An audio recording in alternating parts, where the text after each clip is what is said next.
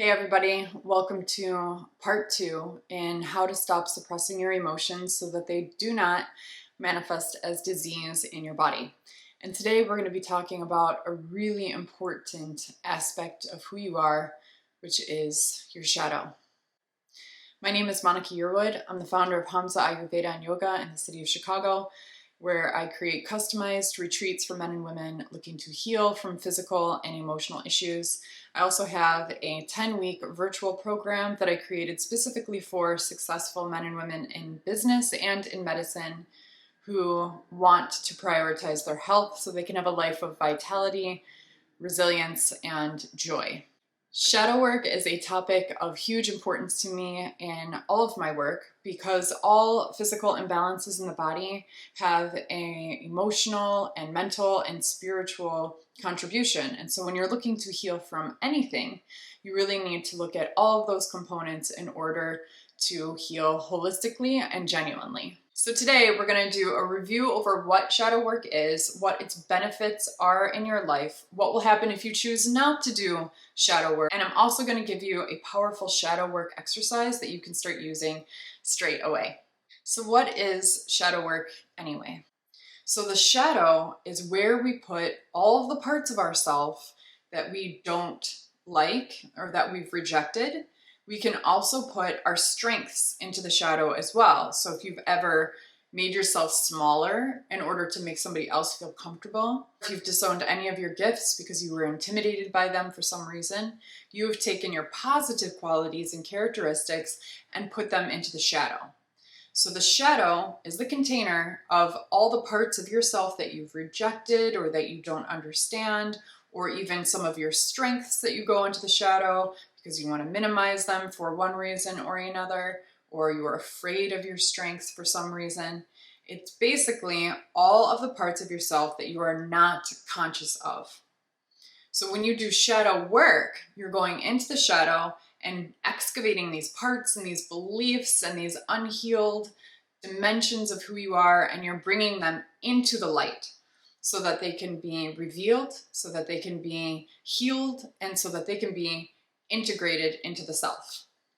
So when you do shadow work, what happens is that you can find freedom from addictions. You can be relieved of being attracted to partners or romantic interests with people that are demeaning or unfulfilling to you. And you are no longer driven by these unconscious aspects of who you are, because they all find a way to manifest themselves. And when you don't do shadow work, that's when you run into self-sabotage. Well, let's say you are somebody who wants to reach another financial high in your life and you start to make money. A shadow aspect of yourself is going to be the part that sabotages. Maybe you go on a shopping spree when you really can't afford it. Maybe you start procrastinating on unimportant things, or you create unnecessary bills or unnecessary headaches for yourself to continually lower yourself to a lower set standard.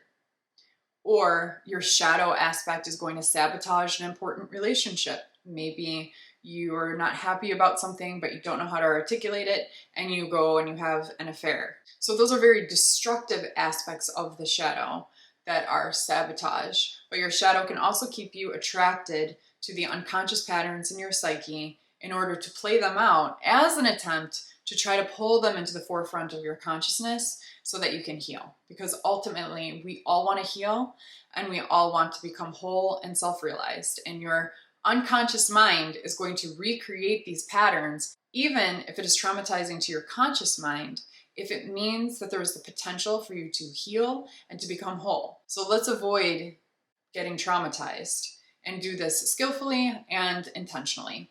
And I cannot express how powerful this work truly can be. One of my students realized that because of a trauma she had experienced in her childhood, the feeling that generated from that experience made her feel like she was constantly on edge and that everything was about to kind of fall around her. Well, as an adult, she found herself romantic interests where that same feeling would be recreated in those relationships. So when we did shadow work, we were able to trace it back all the way to its origin point, which occurred in her childhood. And so that was extraordinarily powerful information because she was subconsciously, her shadow was attracted to these dynamics that would make her feel like she was on edge. But once she recognized that, she could consciously choose situations where she wouldn't feel that way and avoid the ones that made her feel that way. So this is the exercise that I taught that student who was able to trace back that emotional experience to her childhood, which she was then recreating as an adult in her professional and personal relationships. So the first thing that you need to do is just choose a uncomfortable feeling that you've been feeling lately. So you want to ideally choose a feeling that isn't, fleeting or temporary. Like, for example, you were just, irritated maybe for a few moments yesterday.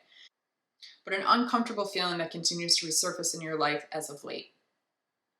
So maybe if you feel annoyed with somebody in your personal life, or maybe you feel angry a lot during the day.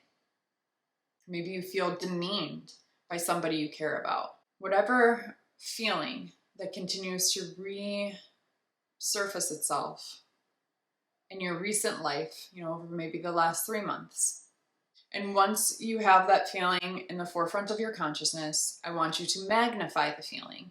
Really, really tap in and embody that feeling. And so to do that, you might need to associate it with a memory. So when was the most recent time that you felt that feeling? When was the most recent time that you felt that feeling? What was going on? What was happening? And now maybe go back about 5-10 years ago to a point in time when you felt that feeling before. And now trace back again, 5 or 10 years before, and 5 to 10 years before that.